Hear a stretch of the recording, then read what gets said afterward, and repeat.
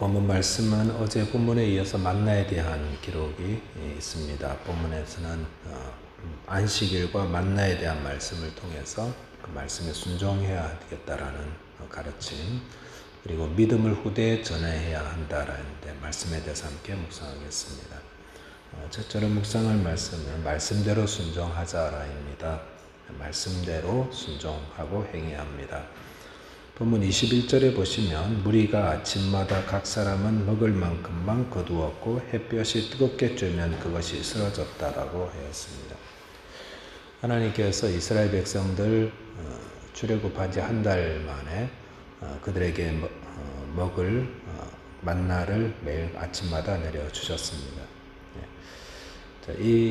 그 만나는 각 사람이 먹을 만큼만 거두었는데 거두지 못한 나머지들은 햇볕이 쬐면은 뜨겁게 쬐면 다 쓰러졌다 이렇게 녹아지듯이 사라졌습니다. 그 만나는 참 신기한 음식 같습니다. 백성들이 만나를 거두어서 뜨거운 불에 굽기도 하고 삶기도 하고 그렇게 먹는데 이게 그냥 거두지 않은 것들은 그냥 뜨거운 햇볕 아래에서는 다 쓰러지고 사라져 버린다는 것입니다. 만나처럼 영양가 좋고 먹어도 달도 나지 않고 또 그 햇볕 아래에서는 쓰러져서 이렇게 다 사라져 버리는 그런 음식이 어디 없을까 그런 생각이 듭니다. 요즘 다 음식 쓰레기 너무 고민 많잖아요. 근데 만나같이 이렇게 먹고 나머지들은 햇볕만 쬐주면 그냥 다 쓰러져 버리는 그런 게 있으면 얼마나 좋을까. 음식 쓰레기 걱정도 하지 않고 환경 문제도 이렇게 다 해결될 것 같습니다. 그런 음식 없습니다. 그러니까 이게 땅의 음식이 아니라는 겁니다. 그래서 그건 하나님이 주신 초자연적인 기적의 음식이다. 그래서 하나님이 주시는 음식은 이처럼 완벽하다, 완전하다라는 것을 보여줍니다. 그런데 이 기적의 음식이 일주일 내내 내리는 게 아니었습니다. 22절 이하에 보니까 하나님께서 안식일에는 만나가 내리지 않는다 이렇게 말씀하셨습니다. 그럼 안식일에는 뭐 먹어야 됩니까? 16장 5절 보니까 어제 본문인데 하나님께서 모세를 통해서 안식일 전날인 여섯째 날 아침에는 2배의 만나를 주신다. 2배의 만나를 거두게 하셨습니다. 그래서 여섯째 날 아침은 백성들이 더 많은 시간을 할애해서 안식일 음식까지 이렇게 다 거두어야 했었습니다. 그리고 안식일에는 정말 만나가 내리지 않았습니다. 근데 27절에 보니까 7째 날에 백성 중 어떤 사람들이 거두어 나갔다가 얻지 못했다고 또 했습니다. 여기 오늘 그 본문 보니까 하나님께서 이스라엘 백성들에게 만나 주시면서 만나와 관련한 여러 가지 이제 지침들을 아주 디테일하게 주시는 거 볼 수가 있습니다. 그거대로 이렇게 만나를 먹게 하셨죠. 그래서 그 하나님이 주신 그 만나에 관련한 말씀들, 규례들, 디테일들 어제 본문에서는 저희가 질서다 이렇게 말씀드렸습니다. 그래서 하나님 주신 은혜는 질서의 그릇에 담아야 은혜가 된다라고 말씀드렸습니다. 그 질서가 뭐냐면은 하나님이 명하시고 또 하나님의 또 주신 말씀 그거 따르는 게 질서다. 그래서 질서의 말씀대로 하나님 말씀을 따라가면 우리 은혜로 인해서 하나님의 은혜로 인해서 우리의 삶은 풍성해지는 것입니다. 근데 그 은혜의 말씀 따르지 않고 질서 따르지 않으면 어떻습니까? 그때부터 이제 배고픈 거죠. 어려운 거죠. 자꾸 하나님과 이렇게 부딪히게 되고 그렇게 되는 거죠. 그래서 고통이 왜 오냐면은 우리가 질서를 따르지 않기 때문에 그런 것입니다. 만나를 주셨을 때 어떤 사람들은 하나님이 하루치만 거두어야 된다 이렇게 질서를 주셨는데 그거 따르지 않고 더 많이 거두었다가 나중에 냄새 나가지고 벌레 먹고 처치곤란 이렇게 되지 않았습니까? 또 안식일 되면은 안식일 전날에는 2배를 거두라 말씀하셨으면 그 말씀대로 나 2배를 거두면 됐었는데 또 어떤 사람들은 그날도 그 전날도 그냥 2배도 하지 않고 그냥 안식일 날 이렇게 나가서 또 평소처럼 거두어 나갔다가 빈손으로 돌아오는 그런 경우가 있었습니다. 빈손으로 돌아오신 분은 이제 그날 하루 종일 이제 굶는 거죠. 안식일 날 배고픔으로 이렇게 하루를 보냈을 것입니다. 보십시오. 하나님께서 오늘 하루치 거두어라, 하루치 거두고, 내일은 이틀치 거두어라, 이틀치 거두고, 이제는 그것을 가지고 이렇게 하라, 저렇게 하라 말씀하실 때마다 하나님 하라시는 대로 하면 되는 거죠. 그래서 그 말씀이 우리의 삶의 질서가 되면 참 은혜 안에서 감사가 늘 이렇게 항상 기뻐하고 쉬지 말고 기도하고 범사에 감사하는 그런 삶을 살아갈 수가 있습니다. 그래서 성도의 삶은 하나님의 질서 안에서 평안을 누리는 것입니다. 그 질서라는 게 하나님 말씀이죠. 하나님 말씀. 마태복음 7장 24절 25절에 보시면은 그러므로 누구든지 예수님 말씀이죠. 나의 이 말을 듣고 행하는 자는 그 집을 반석 위에 지은 지혜로운 사람 같으리니 비가 내리고 장수가 나고 바람이 불어 그 집에 부딪히되 무너지지 아니하나니 이는 주추를 반석 위에 놓은 까닭이다라고 했습니다. 예수님께서 우리의 삶에 질서를 주시죠. 하나님 말씀을 주셔서 그 말씀을 따라서 살아가게 하시고 그러면은 우리의 삶에 때로는 우리를 무너뜨리려고 하는 창수와 바람 이런 것들이 막 불어오는데 그럴 때 견고하다라는 겁니다. 쓰러지지 않는다는 거죠. 뭐가 쓰러지지 않습니까? 우리의 믿음의 집이 쓰러지지 않는다라는 겁니다. 우리 다 믿음의 집을 다 세우고 있잖아요. 근데 어떤 때는 막 시험이 오면은 믿음이고 뭐고 다 필요 없어. 그러면서 막 다 그냥 다 흩어버리는데 그런 경우가 없다라는 거예요. 어떨 때 하나님 말씀대로 오늘도 살아가고 그 말씀의 질서 안에서 한 걸음 걸어가시는 분들에게는 그 믿음의 시험이 오고 창수가 오고 바람이 부고 할 때도 끝까지 믿음으로 이렇게 살아갈 수 있다는 겁니다. 이게 이제 믿음으로 승리하는 자의 삶입니다. 저와 여러분께서 오늘도 우리에게 주시는 주님의 말씀을 듣고 아주 작은 거라도 이렇게 순종하며 행해 나갈 때에 하나님 주시는 은혜와 평강과 담대함을 가지고 다 승리하게 될 줄 믿습니다. 두 번째는 믿음을 전수하자라입니다. 우리가 가진 믿음은 우리에게만 머물고 있는 게 아니라 우리의 자녀들에게도 이렇게 이어지고 전수되어야 하는 것입니다. 31절에 보시면 이스라엘 백성들이 먹는 만나에 대한 소개 계속되고 있습니다. 그리고 32절에 모세가 이르되 여호와께서 이같이 명령하시기를 이것을 오멜에 채워서 너희의 대대 후손을 위하여 간수하라. 이는 내가 너희를 애굽 땅에서 인도하여 낼 때에 광야에서 너희에게 먹인 양식을 그들에게 보이기 위함이니라 하셨다고 라고 했습니다.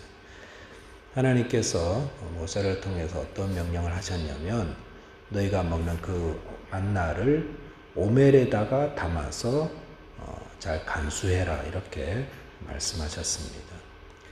그 성경 읽다 보면은 이렇게 조금 이해하기 어려운 단어들인데 오멜이 그런 거죠. 아니 한 오멜씩 거두라 그랬다가 아니 오멜에다 담으라 그랬다. 이게 무슨 말인가 하면은 오멜은 같은 말이지만은 오멜은 항아리를 말해요. 항아리. 그 부피를 재는 치수의 그 2.3m가 한 오멜인데 그거를 또한 그 항아리 같은 데다가 항아리를 오멜이라 그래요. 그래서 1인분 정도 들어갈 수 있는 한 사람을 위한 2.3m 정도 들어가는 항아리를 오멜이라고 그러는데 오멜 항아리에다가 만나를 담아서 보관하라라고 했습니다. 만나 하루치 보관하는 이유는 이게 또 이 조상들이 광야에 있을 때에 하나님이 먹인 음식이다라는 것을 후손들에게 알려주기 위해서라고 하였습니다. 만나라는 것이 우리가 잘 알죠. 지금 하루치만 지나도 하루만 지나도 냄새나고 벌레가 끓는 건데 뭐 기껏해야 안식이라는 이틀 가는데 이게 오랫동안 보관이 될까 그런 생각 그런 의문도 들 수 있습니다만 하나님께서 그렇게 하라 그러셨을 때에 그 특별히 오멜에 담아 보관하는 것은 썩지 않은 것입니다. 계속해서 이어져 갔던 것입니다. 영구 보관용이 되는 것입니다. 하나님이 그렇게 하라고 그러셨습니다. 자, 그렇다면은 만나를 오멜 항아리에 담아서 후손에게 증거를 삼으려는 하나님의 뜻이 무엇일까? 그것은 우리의 믿음이 다음 세대에도 이어져야 한다라는 것이 하나님의 뜻이다라는 겁니다. 하나님께서 이 만나를 항아리에 담아서 뭘로 삼으십니까? 믿음의 교보제를 삼고 있습니다. 믿음의 교보제. 그래서 가르칠 때 우리가 보여주면서 이게 어떤 물건을 가르치면서 이걸 가르치기 위해서 어떤 걸 보여주는 걸 교보제라 그러는데, 하나님의 살아계심, 그리고 하나님이 우리를 인도하심을 무엇을 통해 보여주냐면은 만나 보여주면서 이거 보라고 이거. 이게 지금 땅의 음식이 아니라고 하나님이 우리 조상들에게 준 거라고 보여주면서 우리 자녀들도 비록 그 만나를 먹지 못한 세대라 할지라도 그걸 보면서 그렇구나 하나님을 배워가는 것입니다. 하나님은 우리 자녀들에게도 믿음을 전수해 주기를 바라십니다. 우리가 자녀들에게 전해줘야 되는 것은 우리의 유산도 아니고요, 우리의 인맥도 아니고 하나님을 향한 믿음을 전해줘야 됩니다. 믿음만 전해주면 나머지는 다 하나님이 채워주시는 겁니다. 그러니까 한 푼이라도 더 남겨줘야지 그렇게 생각 안 하셔도 됩니다. 자녀들에게 남길 믿음의 유산이 어떤 것이 있는지 한번 오늘 새벽에 한번 생각해 보셔야 될 겁니다. 나는 아이들한테, 우리 자녀들한테 어떤 믿음의 유산을 남겨줄까? 어떤 믿음의 교보제를 남겨줄까? 그런데 믿음을 가르치고 전수하기 위해서 남겨줘야 될 교보제도 있어야 되지만 그것보다 더욱 힘써야 되는 게 있는데, 그것은 바로 말씀을 가르치는 겁니다. 부모가 자녀들에게 말씀을 가르치는 겁니다. 근데 이 말씀 가르치는 것도 이렇게 잘 하셔야 되는 거죠. 신명기 6장 7절에 보시면 이런 말씀이 있습니다. 내 자녀에게 부지런히 가르치며 집에 앉았을 때든지 길에 갈 때든지 누워 있을 때든지 이 말씀을 강론할 것이다 라고 하였습니다. 말씀 어떻게 가르쳐야 됩니까? 부지런히 가르치라고 그랬습니다. 그래야 전수가 되는 거다. 그래야 하나님이 그걸 통해서 믿음을 전수해 주십니다. 보십시오. 부지런히 가르치는데 집에 앉았을 때든지 길을 갈 때든지 침대에 누웠을 때든지 부지런히 가르치라. 늘 관심을 가지고 있으라는 겁니다. 늘 관심을 가지고. 그래서 자녀들에게 어떻게 하면 말씀을 가르칠까를 가지고 늘 관심을 가지고 이렇게 밥 먹을 때 혹시 이제 그런 기회가 있으면 믿음에 대한 이야기 해주고, 혹시 같이 길을 가게 되면은 뭐 차를 타고 가다가도 어떤 일이 있으면 믿음에 대한 이야기 해주고, 침대에 이렇게 누워있다 같이 기회가 있으면 또 두런두런 믿음에 대한 이야기 해주고. 늘 생각이 뭡니까? 어떻게 하면 내 자녀에게 믿음에 대한 이야기를 해줄까? 또 잘못 받아들이셔가지고 오늘부터 그냥 폭풍 잔소리로 이렇게 가시면 안 되는데 좀 걱정은 됩니다. 잔소리로 하시면 안 돼요. 근데 믿음을 전수해 줄 때 참 주의해야 될 게 뭐냐면은, 이게 내가 먼저 믿음의 사람이 돼야 된다는, 내가 먼저. 나는 불신앙으로 살면서 자녀에게만 믿음으로 살으라고 이러면 안 되거든요. 그래서 신명기 6장 7절 그 앞에 뭐가 있냐면은, 내가 먼저 하나님 말씀을 마음에 새기고 마음에 새긴 것만 전수가 됩니다. 마음에 새긴 것만. 그냥 어렴풋이 들어가지고 야 교회 목사님이 이래라 그랬단다, 절대 그런 거는 들어가지도 않습니다. 내 마음에 정말 믿고 확신이 되고, 성경책 없어도 그냥 그거 딱 생각나고 상황이 되면 그대로 살아가고, 이런 새겨진 말씀만이 전해지는 거지, 야 뭐 저기 교회 목사님이 뭐라 그랬지? 그렇게 해야 돼? 그렇게 되지 않습니다. 부모님이 정말 마음에 새기고 확실하게 믿는 것만이 그 다음 전수가 됩니다. 그 말하면은 이게 삶과 행동이 같이 어우러져 가기 때문에 자녀에게 믿음 전수하는 참 어려운 일입니다만은 하나님이 하시는 겁니다. 그리고 우리가 해야 될 것은 부지런히 가르쳐야 됩니다. 만나라는 교보제를 두고도 가르치고, 말씀을 가지고도 가르치고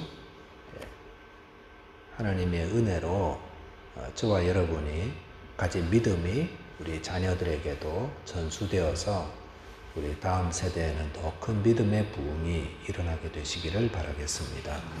함께 기도하겠습니다. 하나님 아버지, 만나를 통해서 저희들에게 귀한 말씀을 주심을 감사드립니다. 주님께서 우리에게 주신 말씀 하나하나 잘 새겨듣고 그 말씀 따라서 살면서 날마다 베풀어 주시는 일용할 양식과 만나를 통해 생명을 얻게 하시고 은혜를 얻게 하시고 또 풍성한 삶을 살아 하나님께 영광 돌리는 저희가 되기를 기도합니다. 주님, 저희들에게 이렇게 믿음을 주셨는데 그 믿음이 우리 자녀들에게도 전수될 수 있도록 주님 말씀하셨습니다. 주님 부지런히 가르칠 수 있도록 도와주시고 말씀이 내 삶에 내 마음에 새겨지게 하여 주시고 또 그렇게 주님께 간구하게 하실 때에 주님의 은혜로 우리의 자녀들도 믿음의 사람 되는 줄을 믿습니다. 이 부족한 저희들 주님께서 가르쳐 주시고 또 변화시켜 주시고 또 인도해 주셔서 우리 3세대의 믿음의 큰 부흥이 있을 수 있도록 주님 도와주시고 은혜 베풀어 주옵소서. 오늘도 베푸신 은혜 감사하며 예수 그리스도 이름으로 기도하옵나이다. 아멘.